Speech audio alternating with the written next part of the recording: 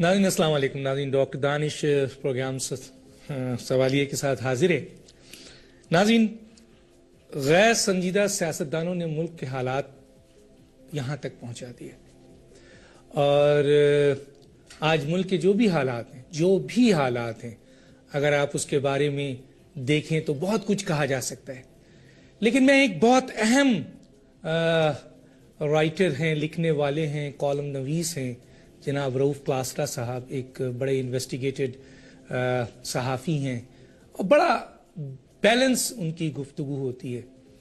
उनकी मुझे कोई यार नहीं है कहने पे मैंने ये पूरा प्रोग्राम उनके कॉलम पे जो है मैंने रखा है, पूरा का पूरा प्रोग्राम मैंने कॉलम के कॉलम पे रखा है। तो उसमें जिस तरह उन्होंने जिक्र किया है कि कौमी असम्बली में आज लतीफ़े होते हैं, उन्होंने कहा कि पाकिस्तान के सियासतदानों को ये समझ नहीं आ रहा है कि ये मुल्क कैसे चलेगा। उन्होंने इस बात का भी जिक्र किया कि पाकिस्तान के वजीर खजाना और एक अहम स्पीकर और दूसरे लोग किस तरीके से अपनी औलाद को जो है वो करोड़ों रुपए गिफ्ट दे रहे हैं, किस तरीके से पैसों की मसलन उनको सही तौर पर प्रेजेंट नहीं कर रहे हैं, और जिस मुल्क में माशी बदहाली हो वहां का वजीर आज़म खजाना क्या कर रहा है। इसी तरीके से उन्होंने ये भी बताया कि जिस मुल्क में लोग मर रहे हों, सिक्योरिटी फोर्सेस शहीद हो रही हों, उस मुल्क के वजीर आज़म चौलिस्तान की सहराओं में जाते हैं और महफिल मौसीकी रात भर होती है और लाहौर से फनकार और फनकाराएं बुलाए जाते हैं। मन ये चीज क्या है?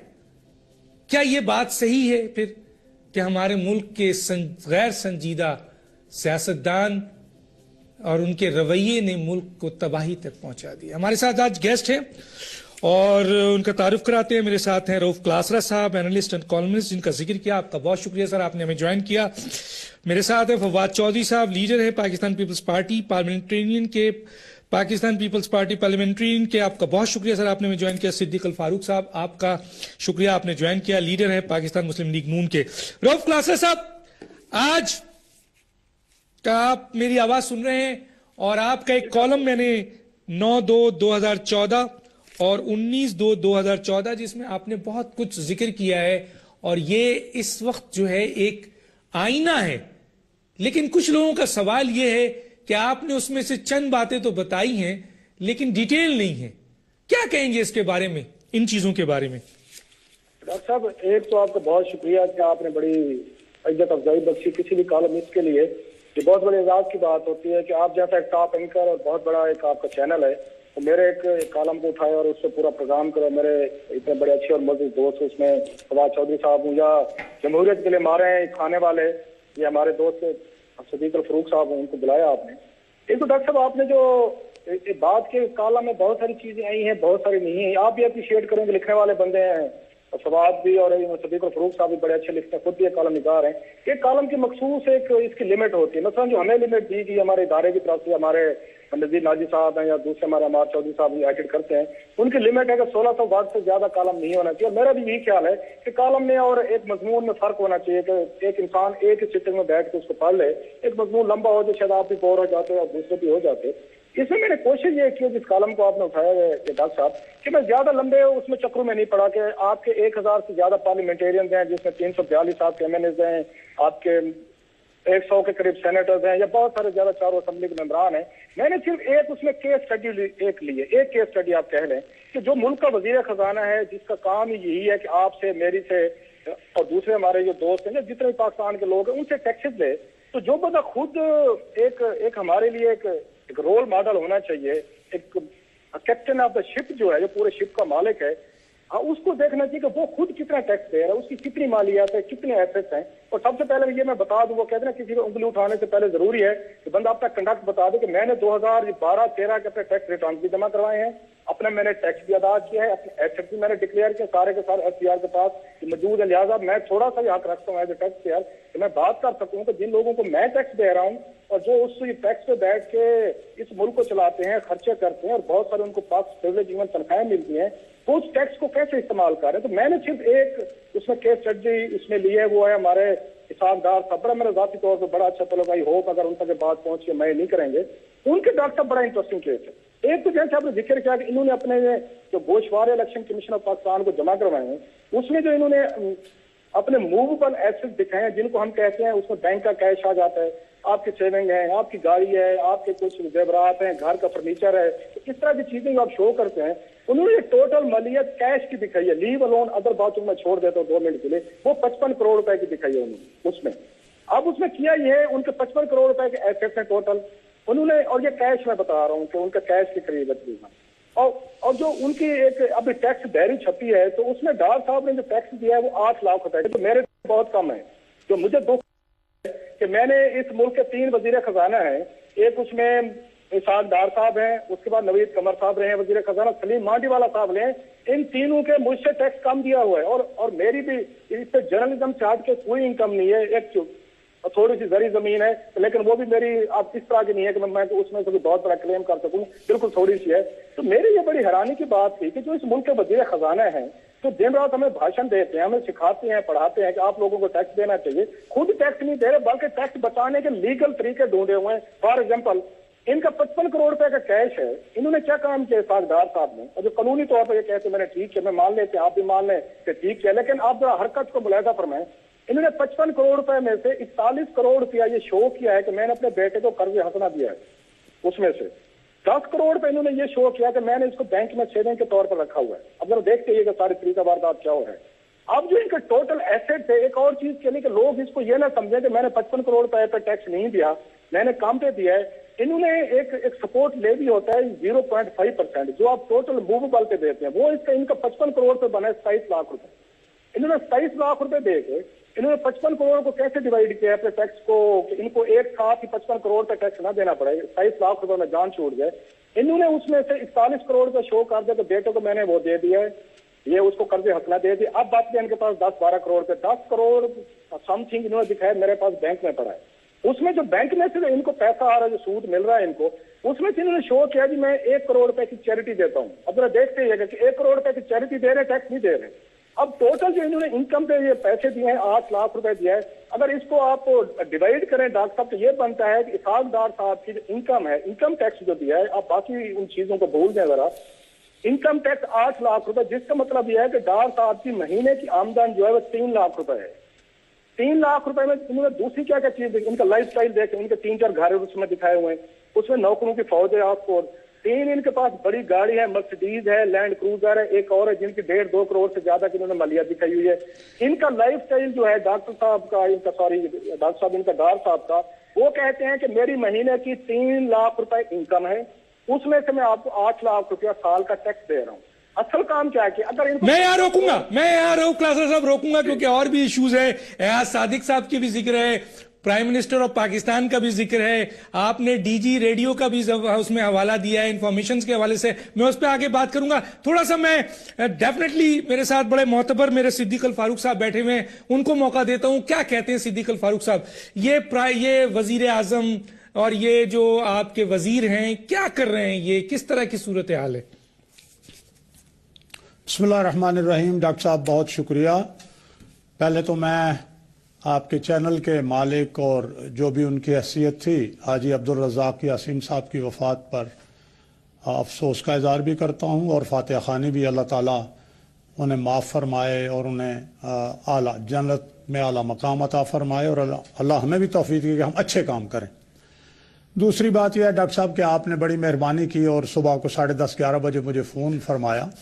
अगर आप उस वक्त बता देते कि रऊफ़ क्लासरा साहब वो इतने अच्छे मेरे दोस्त भी हैं, मेरे बारे में अच्छी बातें मेरे गैर हाज़िरी में भी कहते हैं, मैं हालांकि कोई ऐसी चीज़ हूँ तो नहीं, लेकिन बहरहाल अच्छी अच्छी बातें इन्होंने मेरे बारे में कई दफ़ा कहीं भी लिखी हुई, तो अगर आप फरमा देते कि इनका 9 फरवरी का कॉलम पढ़ के तो मैं आऊँ तो ज़्यादा अच्छा होता। अब मैं इन्होंने जो कुछ बात की है, ज़ाहिर है फैक्ट्स फिगर्स के साथ बात की है, लेकिन मैं ये कहूँगा कि जिन जिन लोगों ने समेत वजीर ख़जाना इसहाक डार साहब अपने गोशवारे इलेक्शन कमीशन के पास जमा करा दिए हैं, अब ये पब्लिक डॉक्यूमेंट है। अगर ये गलत है, उन्होंने झूठ बोला है, तो 62-63 की जद में आ जाएंगे। और अगर कोई और ये चैलेंज कर सकता है, तो मैं ये समझता हूं कि अगर किसी आदमी को ये शक है कि उन्होंने सही टैक्स नहीं दिया, उन्होंने झूठ बोला है, जायदाद की कीमत ये थी, तो मैं तो अदलिया बड़ी आज़ाद है, तो वो ज़रूर चला जाए। अगर इनमें से वज़ीर आज़म साहब हैं, वज़ीर ख़जाना है, या किसी और ने गलत गोशवारा जमा कराया है, तो फिर ये साबित हो जाएगा और गलत झूठ बोलने वाले को सज़ा मिलेगी। अच्छा, दूसरी बात यह है, मैं ये अर्ज़ करूँगा कि ये टेक्निकल चीज़ें भी हैं। मैं इसहाक डार साहब नहीं सुन रहे यहाँ, लेकिन मैं यहाँ इस बात की गवाही देता हूँ कि इसहाक डार साहब ने मेरे ज़रिए कई बच्चियों की शादियों के लिए पैसे दिए, मेरे ज़रिए।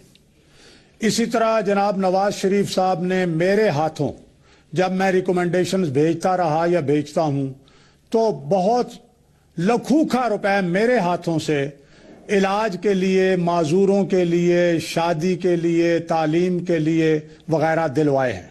तो ये तो उनका एक शोबा है। अब टैक्स देना ये भी एक टेक्निकल चीज़ है। तो इसलिए मैं ये अर्ज करूंगा, रऊफ क्लासरा साहब का कॉलम सर आंखों पर, जो मैंने पढ़ा नहीं है, लेकिन अगर कोई बात गलत है तो जो इन्होंने लिखी है, कोई और अदालतें खुली हैं वो चले जाएं इलेक्शन कमीशन में। सो बजाय इसको कि टॉक शोज जो हैं उसमें हम ये बात करें, प्रॉपर फोरम पे जाके खटखटाएं ताकि गलत बयानी करने वाले को सजा मिले। ठीक है, मैं जनाब फवाद चौधरी साहब, आप अभी सीट पे नहीं है लेकिन फोन पे हमारे साथ हैं, क्या कहेंगे अगर ऐसे हालात हों इस किस्म के मुल्क का जो फाइनेंस मिनिस्टर है रऊफ क्लासरा साहब ने जिस तरह एक केस अभी आपके सामने पेश किया, इसको कैसे देखते हैं आप? डॉक्टर साहब, पहली बात तो यह है कि बड़ी एक तो पाकिस्तान में देखें बहुत चीजें जो अच्छी हो रही हैं, उनमें एक चीज बहुत अच्छी ये हो रही है कि अकाउंटेबिलिटी का तस्वुर और मीडिया की अकाउंटेबिलिटी का तस्वुर बढ़ रहा है। और आप जैसे लोग, रऊफ क्लासरा जैसे लोग और तमाम जो लोग जो इस मामले में बहुत विजिलेंट बात कर रहे हैं, बड़े विजिलेंट तरीके से देख रहे हैं, ये उनकी बड़ी मेहरबानी है पाकिस्तान की सोसाइटी के ऊपर भी, कि जो लोग जिन्होंने लोगों को अकाउंटेबल करना है आप उनको अकाउंटेबल कर रहे हैं, और ये बड़ी जबरदस्त बात है। इसहाक साहब के प्रॉपर्टीज वगैरह यहाँ पर ही नहीं है, उनका जो HSD टावर्स हैं दुबई में, उनकी मालियत 1 बिलियन रुपयों से भी ज्यादा है। कहा जा रहा है कि उसको 1 बिलियन दिरहम से भी उसकी कीमत जो है वो ज्यादा है। जाहिर है वो एक बहुत अमीर आदमी है। अभी जो उनके बच्चों की शादी हुई थी उसमें अटलांटिस होटल में पूरा नीचे फ्लोर बुक किया गया, और अब वहाँ पे जो रेंट है नीचे जो रूम का वो अबाउट $1,600 से $2,000 उसका रूम रेंट भी जो है वो उन्होंने पे किया, ये सुना जाता है। अब इशू ये है कि इस तरह के जो लोग हैं उनको अकाउंटेबल बनाना मीडिया के लिए बहुत इंपॉर्टेंट है और बड़ा जरूरी है। सिर्फ ये जो नवाज शरीफ साहब की आपने शुरू में आगे बात की है कि उन्होंने चौलिस्तान में जो है वो गाने सुने, तो खुदा का शुक्र है कि उन्होंने कोई नॉर्मल बात की है, कोई गाने सुने हैं, कोई इस तरह की। इस पे रऊफ क्लासरा साहब को मैं कहूंगा कि यार इस तरह की बातों पे उनको ना करें, उनको चाहिए कोई आर्ट म्यूजिक इस तरफ आए। हमारे तो यहाँ पे सोसाइटी में दान सकता है ऑलरेडी, और अगर वज़ीर आज़म साहब ये कर रहे हैं तो इस पे ना उनको छेड़े, और ना टैक्सों पे इधर उधर वो उनकी अकाउंटेबिलिटी जरूर होनी चाहिए, बट सोसाइटी को खुलने भी दें, इस पे वज़ीर आज़म साहब के ऊपर एतराज ना करें। बाकी ये है कि जो आप लोग मामला आगे चलेगा पाकिस्तान में अकाउंटेबिलिटी बढ़ेगी, हर बड़े आदमी को जवाबदेह होना पड़ेगा, जवाबदेह हो रहा है, और यही पाकिस्तान में एक तरक्की की निशानी है जिसकी तरफ हम देख रहे हैं। ठीक है, मुझे एक ब्रेक के लिए कहा जा रहा है, मैं ब्रेक के बाद आके एक का जुमला मैं अर्ज करूं, एक जुमला कर दें बिल्कुल कर दें, मैं अर्ज करूं, फिर ब्रेक पर चले जाएं। सिर्फ ये कि बहुत अच्छी, आज तो बहुत ही अच्छी बातें की हैं अपना हमारे फवाद चौधरी साहब ने जी। मैं सिर्फ ये अर्ज करूंगा कि वाकई दुबई में उनका कारोबार मेरे भी इल्म में है और सुनाया, लेकिन अगर दुबई में कारोबार का टैक्स वो पाकिस्तान में तो नहीं देंगे ना। चले अब ब्रेक, मैं ब्रेक पे जाता हूं, इसका जवाब फवाद चौधरी साहब देंगे।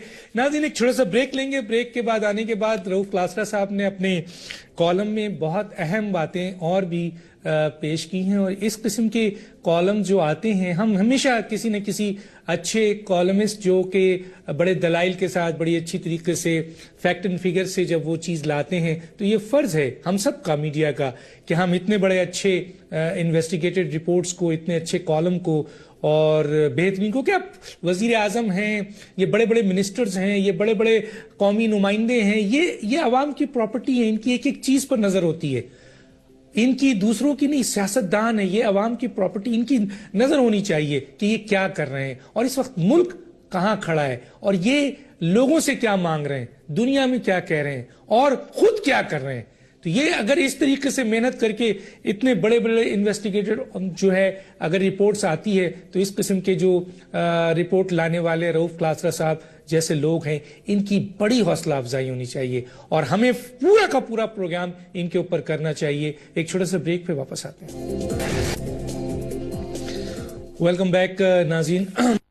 रऊफ क्लासरा साहब, आप दोनों का जो भी जवाब देना चाहें, लेकिन क्योंकि आपके कॉलम के हवाले से बात हो रही है, उसमें आपने जहां कुछ चीज़ों का जिक्र किया है वो मैं आपके सामने रख देता हूं। आपने मोहतरम वजीर आजम के बारे में बताया है कि जी उन्होंने के सर्द सहरा में महफिल मौसीकी रात भर सुनते हैं और लाहौर से फनकार और गुलकार बुलाए जाते हैं, और जिसके लिए 4000 जो पुलिस मामूर होते हैं। और आपने ये भी जिक्र किया कि इस इलाके में जो है वो 75 गैर रस्मी स्कूल बंद हैं, 75 स्कूल जो है इस तरीके के बंद हैं और हजारों बच्चे तालीम से महरूम हैं। एक तो ये जिक्र किया, दूसरा आपने ये भी कहा है कि एयाज सादिक का भी जिक्र किया है कि उन्होंने भी अपने रिटर्न में कर्ज हंसने के लिए करोड़ों रुपए अपने बच्चों को शो किया। इसके साथ साथ आपने फहमीदा मिर्जा के 87 करोड़ का भी जिक्र किया है कि फहमीदा मिर्जा के 87 करोड़ जो है उन्होंने राइट ऑफ किए हैं, माफ कराए हैं, जो मिर्जा शुगर मिल्स थी। इसके अलावा आपने एक बहुत अहम बात भी कही है और वो है कि रुमाना काकड़ एक बहुत अच्छी और पढ़ी लिखी बलूचिस्तान से आई हुई खातून है, जिनके साथ आपका कहना है कि आज सादिक साहब का रवैया बहुत खराब है। और इसी तरीके से डीजी रेडियो पाकिस्तान समीना परवेज 25 नवंबर को रजिस्टर करवाती हैं कंपनी को, 6 दिसंबर को करोड़ों रुपए मिल जाते हैं, उस पर ऑडिटर की भी रिपोर्ट से। क्या कहेंगे इन तमाम बातों पे? डॉक्टर साहब, बड़े आपने अहम इश्यूज को उनको दोबारा हाईलाइट किया है और बड़ा अच्छा किया, ये चीजें सामने आने चाहिए थे, क्योंकि रीडरशिप हमारी अपनी है, एक जो व्यूअरशिप है वो बहुत बड़ी होती है आपके प्रोग्राम की, ओवरऑल ब्रॉडकास्टिंग मीडिया की। एक तो मैं जो सदीक फरूक साहब ने बड़ी अच्छी और रीजनेबल बातें की हैं, मस्त है, बड़ी हिम्मत और जुर्रत चाहिए अपने वजीर आजम के बारे में या ईमान अपने वजीर खजाना के बारे में इस तरह कहने की कि बिल्कुल अगर गलत किया है तो उनका अप्लीकेबल होनी चाहिए। और अदालतें आजाद हैं, पता नहीं कौन से दौर की अदालतें आजाद हैं। पहले वाली अदालतें अगर आजाद थी, कुछ ना कुछ उनका खौफ था, डर था, तो मौजूदा अदालतों का मैं खुलेआम कह रहा हूँ, इनका कोई डर नहीं है, किसी को डर नहीं है। 3-4 मिसालें दे दे तो पता नहीं कैसी अदालतें आजाद है। तारिक मलिक का केस हुआ, नादरा चेयरमैन का, सर जज साहब ने इंतजार फरमाया कि जब तक तारिक मलिक रिजाइन नहीं करते, उन्होंने 1 महीना वर्डिक्ट नहीं सुनाई। उन्होंने रिजाइन किया, उनको हरासा किया गया, उनके साथ कई डल्टी ट्रिक्स खेल गए, वो लंबी कहानी है, आपको किसी दिन खुद सुना देंगे। उसके बाद इस्तीफा दे दिया, 2 दिन बाद उनकी जजमेंट आ गई सर, उस वक्त तक वो जा चुके थे, ये अदालत आजाद थी। उसके बाद पेमरा के चेयरमैन को हमने देखा सर, उनके साथ यही कुछ हुआ और उनका जिस तरीके का हशर किया गया वो आपके सामने है। तीसरा हमने देखा AGPR थे, यहाँ पे AGPR के केस में भी यही देखा, हुकूमत ने कहा कि हम तो नहीं मानते, हम तो नहीं करते, बिल्कुल इस पे अदालतें कोई एक्शन नहीं ले रही। अदालतें फैसले अगर कर भी रही हैं तो उनको मानता कोई नहीं है। ये अदालत का काम भी है, मैं समझता हूँ अपने फैसले इस तरह के आने चाहिए। अगर नहीं मनवा सकती तो मेरा ख्याल है इस तरह के फैसले करने का कोई फायदा नहीं है।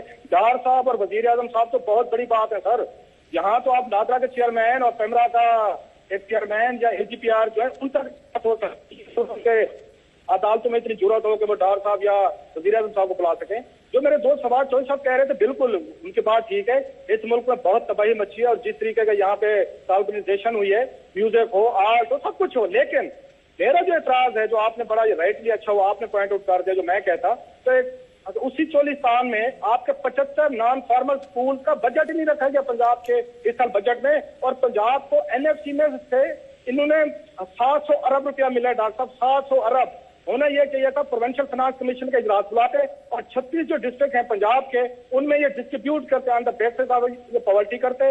ये उसके बाद आबादी बैकवर्डनेस, वो किसी को कुछ पता नहीं है, उसका इजलास नहीं हो रहा और ये बहुत बड़ा गैर कानूनी काम हो रहा है जो पंजाब हुकूमत कर रही है और बाकी हुकूमतें भी कर रही हैं। वो भी प्रोविंशियल फाइनेंस कमीशन नहीं बनाती, लाहौर कराची और उस पर दौलत हो रही है। इसलिए चोलिस्तान के स्कूलों के लिए बजट ही नहीं रखा गया, जहाँ पे जाके 4000 पुलिस वाले बुलाए गए, मुल्तान बुलाए गए, उसके बाद आपने रहीम यार खां वहां से डेरा गाजी खां भावलपुर से बुलाए। हमें इस चीज पे इतराज है। अगली बात इंपॉर्टेंट डॉक्टर साहब, आपने बात की इसकी हमीदा मिर्जा साहबा की। आप कहते हैं अदालतें आजाद है, हमीदा मिर्जा के खिलाफ जासमीन शाह ने जाकर सबूत पेश किए वहां सुप्रीम कोर्ट में भी, और ये इलेक्शन कमीशन के सामने जो बाबे बैठे हमारे बूढ़े रिटायर बैठे हैं उनका खिलाफ है। और बकायदा बैंकों की ये मैं नहीं कह रहा, ये बकायदा वहां पे नेशनल असेंबली की लाइब्रेरी में रिकॉर्ड पड़ा हुआ एक क्वेश्चन आया था जिसमें पूछा गया था कि पाकिस्तान के कौन कौन से लोग हैं जिनने पिछले 5 सालों में लोन राइट ऑफ करवाए हैं। या उसमें हमीदा मिर्जा साहब उस वक्त स्पीकर थी जब उनका नाम आया है और उसको दबाया था इन्होंने, जो मैंने कहीं से फाइल निकलवा ली। ये बैंकों ने बताया कि 700 करोड़ रुपए का टोटल लोन इन्होंने राइट ऑफ करवाया है। अगला, आपने बात की डीजी रेडियो की, मुझे फोन आया जब मैंने स्कैंडल ब्रेक किया, परवेज रशीद साहब का बड़े जज्बाती थे, उन्होंने कहा राउत साहब आप देखिएगा 48 घंटे में रिपोर्ट आ रही है और मैं क्या करता हूँ। 48 घंटे को 48 दिन हो गए, इस पे एडिटर जनरल पाकिस्तान की रिपोर्ट आ गई है, उन्होंने कहा है कि करप्शन हुई है। अपने यहाँ पे एक बहुत मोतबर नाम है खालिद सरवर साहब हैं, DGAPP, उनको कहा गया था, इन्होंने खुद कहा, उन्होंने रिपोर्ट दी है और उसमें करप्शन पाई गई है। इवन PSC ने कहा कि इस डील को स्क्रैप करें, परवेज रशीद साहब गायब हैं, उन्होंने उसके बाद कभी मुड़ के बात नहीं की। एक और जो बड़ा गलत काम हुआ है जो अगेन DG रेडियो साहिबा और इन लोगों ने किया है कि भावलपुर रेडियो में इस दफा ख्वाजा फरीद पे जो प्रोग्राम होता था उनके उर्स पे उन्होंने करने से इनकार किया।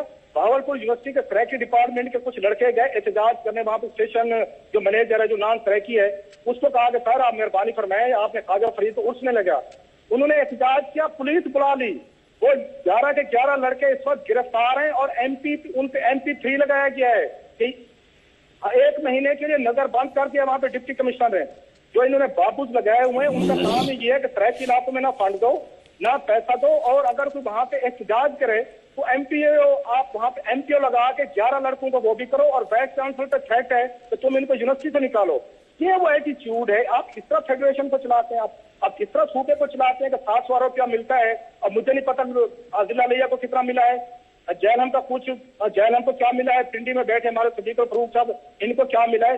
अब पूरा मुल्क आपने लाहौर बना कर रख दिया है, जो पैसा मिलता है आप लाहौर पे खर्च करते जा रहे हैं। अगर साउथ में से जनूबी पंजाब में से कोई आवाज आती है, कोई अपने एहतजाज करता है, उनको MPO लगा के आपका डिप्टी कमिश्नर जो बैठा है बाबू जो लाहौर से जाता है वो उस पर बैठ के गिरफ्तारियां करता है, और वो 11 लड़के पिछले 12-15 दिन से जेल में पड़े हुए हैं।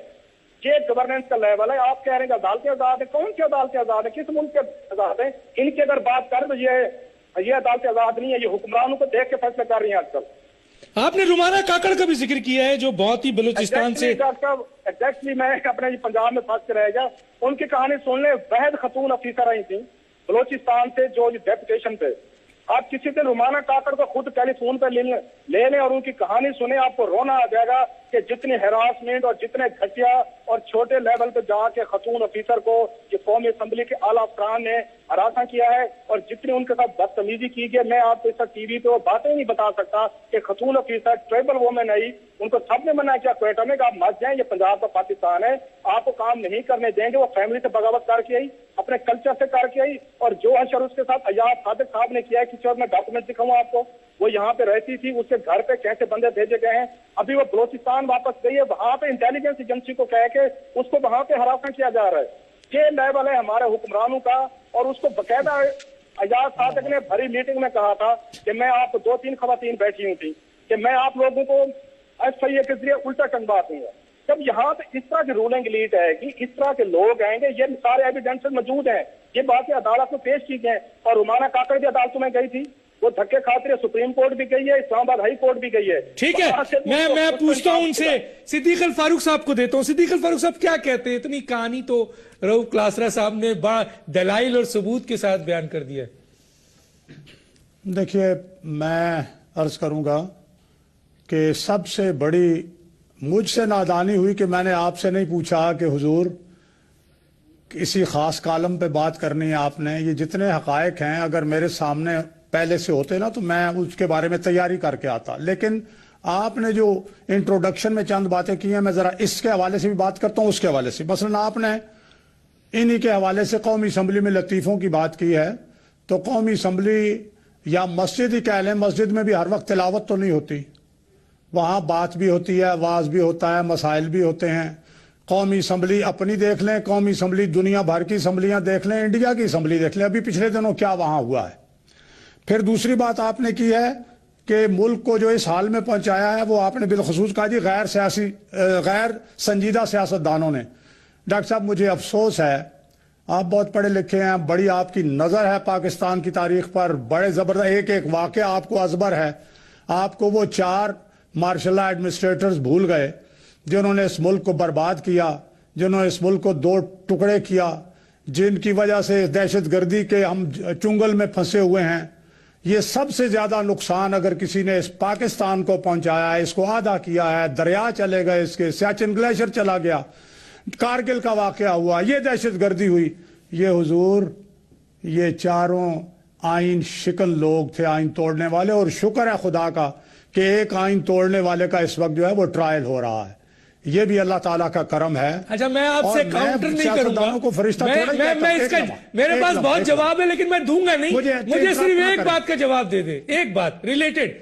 अगर वजीर आजम वाकई चौलिस्तान गए हैं, रातों को वहां मौसीकी सुनते हैं, सुबह रात भर, और लाहौर से और दूसरी जगहों से फनकारों को बुलाया जाता है और 4000 पुलिस वाले वहां खड़े होते हैं, और चौलिस्तान के गरीब तालीम महरूम हैं, वहां स्कूल बंद हैं, उनका बजट नहीं है, पाकिस्तान के लोग मर रहे हैं, पाकिस्तान के जो है वो क्या कहते हैं फौजी शहीद हो रहे हैं और रियासत को खतरा है, और वजीर आजम जो है वो चौलिस्तान की ये है इनका। इसके ऊपर अगर ऐसा है, अगर ऐसा है जी, मैं इसी पर आता हूं जनाब, मैं आ रहा हूं। बात यह है जी कि इसी चौलिस्तान में अगर कोई मौसीकी का प्रोग्राम होता है या शहर में होता है, या यहां आप पाकिस्तान में इस्लामाबाद में लाहौर में आप देखें कितने म्यूजिकल प्रोग्राम्स इन होटलों में और दूसरी जगह होते हैं, और अगर वजीर आजम वहां जाता है तो ये भी तो देखें कि वजीर आजम दहशतगर्दी के खिलाफ क्या कर रहा है, वजीर आजम इकानमी के लिए क्या कर रहा है। आज चीन जो है वो 10 अरब US डॉलर्स की इन्वेस्टमेंट का मुआहदा करता है। आज चीन के तामुन से कराची में 2400 मेगावाट का जो सिविल न्यूक्लियर एनर्जी का स्टेशन लगता है। सर इसको आज 6600 मेगावाट का जवाब दे सर। सोलर एक मिनट मेरी बात सुने, रऊफ कलासरा साहब को आपने अनइंटरप्टेड सुना है, मेरी बात भी सुने। तो जनाब कोल पार्क लगता है गडानी में और वहां लोग आ रहे हैं। आज जनाब तरबेला 4 और तरबेला 5 जो है 2400 मेगावाट पान बिजली उनका इफ्तिताह होता है। आज सोलर पार्क चुलिस्तान में बनता है और 1000 मेगावाट। आज अमेरिका जो है वो 1400 मेगावाट जो है वो विंड एनर्जी के लिए आगे बढ़ रहा है। आज UAE यहां आ रहा है, आज दूसरे मुल्क यहां आ रहे हैं। तो ये भी तो देखे ना, ये भी तो आज और बैनुल-अक़वामी सतह पे क्या है, 80 से मैं 1000 गिनवा दूंगा सर, चंद बातें सुन ले, मैं आपके सवाल का जवाब देता हूं। सुन ले जरा, सुन ले, आप पार्टी नहीं है तो सुन ले। आप ये भी देखें ना कि आज जो बैनुल-अक़वामी चेंबर ऑफ कॉमर्स पिछली दफा -3 था पाकिस्तान का जो है अपना स्टेटस, आज +2 5 डिजिट्स इंप्रूव किया है। जो सर चौलिस्तान का जवाब देंगे, चौलिस्तान का आज प्लस में है। ट्रांसपेरेंसी इंटरनेशनल पाकिस्तान को कह रहा है कि करप्शन। सर हम इस पे किसी वक्त प्रोग्राम कर लेंगे कि आपके 8 महीने में क्या हुआ है या नहीं हुआ है। हम एक सवाल में आपसे कर रहे हैं रिलेटेड कि इसका ये मतलब है वज़ीर आज़म कुछ कर ही नहीं रहा। सर रिलेटेड वज़ीर आज़म सोया हुआ है, वज़ीर आज़म ये कर रहा है। भाई वज़ीर आज़म के ये काम भी देखो। सर सिर्फ एक सवाल, अगर चौलिस्तान में रात भर मुल्क का वजीर आजम जो है वो मौसीकी सुनता हो और मुल्क के अस्करी भर का एक मुबालगा है कालमों में या शेरों में, इसका ये मतलब नहीं है कि जो ही शाम पड़ी बहुत से लोग जो शाम का शुगल करते हैं, नवाज शरीफ का वो शुगल नहीं है। बहुत से लोग शाम के बाद होश में नहीं होते। नवाज शरीफ का ऐसी बात नहीं है। फहमीदा मिर्जा के बारे में भी कहा है, वो ज़कात भी देता है। यार ये कैसे इधर आने दे। फहमीदा मिर्जा के बारे में भी कहा है कि 87 करोड़ उन्होंने राइट ऑफ कराया लोन जो मिर्जा। उसके अलावा उन्होंने DG रेडियो पाकिस्तान समीना परवेज के बारे में कहा है कि 25 नवंबर को रजिस्टर्ड किया उन्होंने एक फॉर्म और 6 दिसंबर को करोड़ों रुपए उसको दिलवा दिया गया है। क्या कहेंगे इसके ऊपर? देखिए डॉक्टर साहब, जो इंडिविजुअल केसेस हैं वो तो इंडिविजुअल्स खुद जवाब दे सकते हैं, जाहिर है हमें तो उसका फैक्ट्स का इल्म नहीं है, लेकिन जो फिलोसफिकल लेवल के ऊपर जो बात की है डॉक्टर रऊफ क्लासा साहब ने, वो एक बड़ी इंपॉर्टेंट बात यह है कि आप तो जो डेवोल्यूशन होनी चाहिए थी डिस्ट्रिक्ट्स में वो नहीं हो रही। ये जो चोलिस्तान के इन्होंने मामले का जिक्र किया है, वज़ीर आज़म के हवाले से तो मैं माजरत के साथ इत्तेफाक नहीं करता, वज़ीर आज़म साहब को जरूर जाना चाहिए था। अगर वज़ीर आज़म चोलिस्तान के कल्चरल शो में शिरकत करते हैं, पाकिस्तान में तालिबानाइजेशन, एक सवाल का जवाब क्लियर तो कर देना। देखिए कल्चर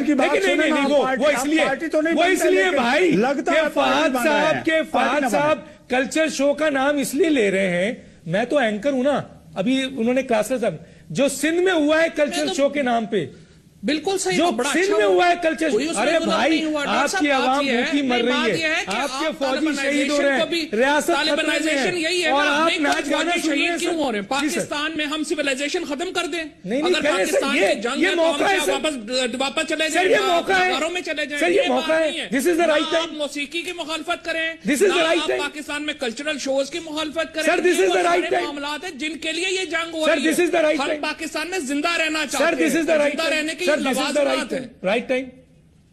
दिस इज द लवाजमात है, जिंदगी के लवाजमात होते हैं, जिंदगी में म्यूजिक भी होता है, जिंदगी में नाच गाना भी होता है, जिंदगी में तमाम लवाजमात होते हैं। अगर कोई अपना नहीं करना चाह रहा वो ना करे, तालिबान हम पे मुलव्वस नहीं कर सकते, यही तो झगड़ा है, और तो झगड़ा ही कोई नहीं है। तालिबान का यहाँ ताल्लुक क्या है सर? ये है नहीं कोई तालिबान ने कब में बनाया सर? आप जरा अगर मेरी बात सुनना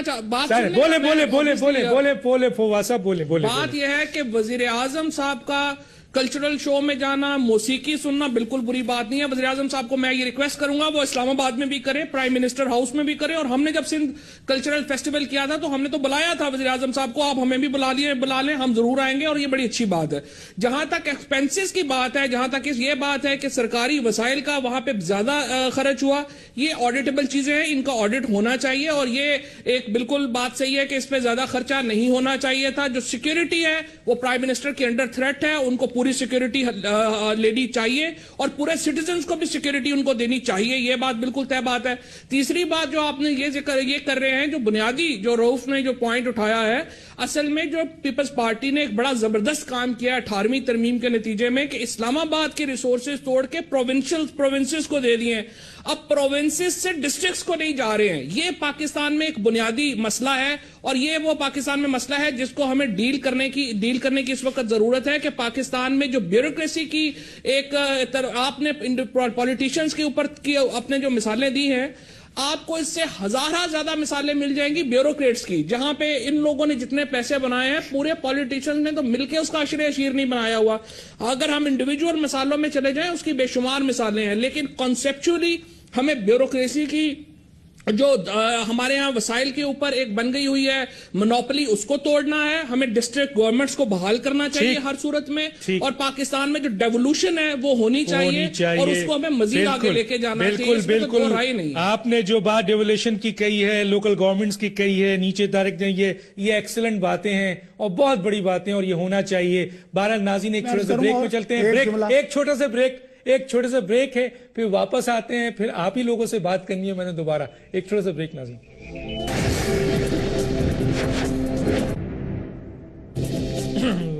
वेलकम बैक नाज़रीन। रऊफ क्लासा साहब, मैं बस आपके कॉलम का आखिरी वो लिख पढ़ता हूं, एंड देन उसके बाद आप अपना कमेंट्स दें, और मेरे दोनों मुअज़्ज़िज़ साथी जो हैं उसके ऊपर अपना कमेंट्स देंगे।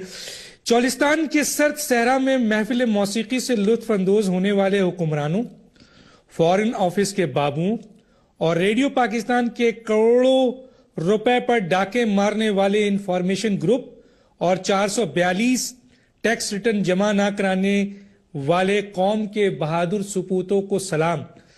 तो रऊफ क्लासा साहब, तो एक तरफ आप कॉलम लिखते हैं, ये दोनों साथी हमारे सही कहते हैं कि जी हमने बड़े काम किए हैं, और ये जो शो है जो कुछ भी था ये कल्चरल है और ये होना चाहिए, और इस तरीके से ये तालिबानाइजेशन को नेगेटिव करता है, पॉजिटिव चीजें हैं।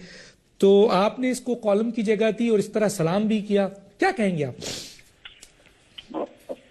डॉक्टर साहब बड़ा अच्छा सवाल है आपको, और मुझे दुख हो रहा है ये बात सुन के कि बहस इस पे कहाँ पे हो रही थी कि मौसीकी के प्रोग्राम होने चाहिए या नहीं होने चाहिए। फवाद हमारा दोस्त है, हमसे बेहतर समझते। हमने, आपने या मैंने कब इस बात पे इतराज नहीं समझा है कि किस चीज पे है कि आपको चोलिस्तान रात की मौसीकी के लिए तो अच्छा लगता है, लाल सुहारा आपका बड़ा फेवरेट है।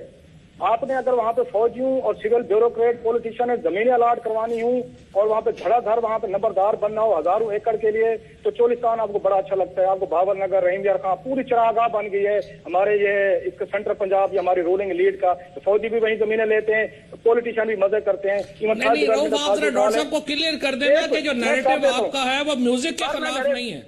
आप गलत ले रहे फवाद, म्यूजिक के खिलाफ किसी का भी नहीं है, वो किसी का भी नहीं। यहाँ पे गलत बात ठीक किया है। मुझे ये बताएं सर, उस पे और बात है। मेरा सिंपल सी बात ये है, आप चोलिस्तान के लिए आप बेशक मौसीकी करें, चोलिस्तान के 75 स्कूलों के लिए बजट आपने नहीं रखा 2013-14 में, वो बंद हो रहे हैं। वजीर आजम जहाँ पे जाता है वहाँ पे स्कूल बंद है। अब आप जो 1500 बच्चा वहाँ पे बैठा है जो मौसीकी का ये खर्चा फरमाए, तो 1500 बच्चा स्कूल में नहीं पढ़ेगा, वो तालिबान नहीं बनेगा तो कौन बनेगा? एक चीज हमारा उस पर एतराज है। तो दूसरी बात, आपने कहा है कि ये कल्चरल इवेंट जरूर करें। मैं आपको सिंध की मिसाल दे देता हूँ, इसी पे ना खत्म करें। 22 बच्चे सर, 22 बच्चे वहां पे एक्सीडेंट होते नवाब शाह में। ये आपके सदर पाकिस्तान साहब का घर है, वहां पे अस्पताल नहीं था कि उन 22 बच्चों का इलाज होता। उनको उठा के हैदराबाद ले गए, हैदराबाद में उन बच्चों का इलाज नहीं हो सकता था, उनको उठा के कराची आगा खां में लेके आए। जिस आपके सूबे में, आपके पाकिस्तान के सदर के शहर में एक अच्छा अस्पताल नहीं है कि वहां पे गरीब बच्चे अपना इलाज करवा सके, एक्सीडेंट करा सके, इनको भी मौका दें, कर सके, इनको भी उसमें लास्टली सर, लास्टली बात, ये जो हमारे टैक्सेस पे आके अयाशियां करते हैं, कर्जे माफ करवाते हैं, तनख्वाहें लेते हैं, जरूर करें। लेकिन अगर 442 MLA जमा नहीं करेगा, वो कभी भी वहां इसी पे खत्म करना है आपने। ये सोर्सेज है, तो आप भी कर रहे हैं डॉक्टर साहब। बस मैं आपको दे रहा हूँ। अच्छा मैं फवाद चौधरी एक बात सही है, उनको टाइम मिलना चाहिए। नवाज शरीफ को डिफेंड किया, नवाज शरीफ ने उठा के मुशर्रफ के वजीरों को वजीर बना लिया है, आप फिर भी डिफेंड करते रहे हजूर, ऐसे ही करते रहेंगे। सिद्दीक अल फारूक साहब को मैं दे रहा हूँ, सिद्दीक अल फारूक को दे रहा हूँ, लेकिन फवाद चौधरी, मेरा एतराज सिद्दीक अल फारूक, मेरा एतराज मौसीकी नहीं है। मेरा एतराज ये है कि वजीर आजम पार्लियामेंट में नहीं जा सकते लेकिन चौलिस्तान जा सकते हैं, ये एतराज है सिर्फ। नहीं, ये सही है जनाब, ठीक है। मेरी बात सुनिए, मैं ये अर्ज करूंगा पार्लियामेंट में भी जाना कि उस चोलिस्तान में जिस लाल सुहारा का जिक्र मेरे भाई रऊफ क्लासरा ने किया, जरा वहां वाइल्ड लाइफ के लिए कितना काम नवाज शरीफ ने किया, जरा वो भी जाके देखें। दूसरी बात यह है कि इसी चोलिस्तान के इलाके बहावल नगर का चिश्तिया दानिश स्कूल जो है, वो मैंने पिछले महीने जाके विजिट किया। जाके देखें कि वहाँ यतीम, यसीर, देहात के रहने वाले गरीब बच्चों को क्या सहूलतें, क्या माहौल, क्या मेयार तालीम है। मैंने एक एक क्लास को विजिट किया, बच्चों को देखा, उनकी मालूमात, इंफॉर्मेशन टेक्नोलॉजी, कितने उन्होंने मेडल्स लिए इंटरनेशनल लेवल, ये भी देखें। एक बात यह है कि दूसरी बात आप सुन ले, दूसरी बात है अदलिया की। मैं ये अर्ज करूंगा, बिलाशुबा सैयदना उमर फारूक का दौर तो वापस नहीं आएगा।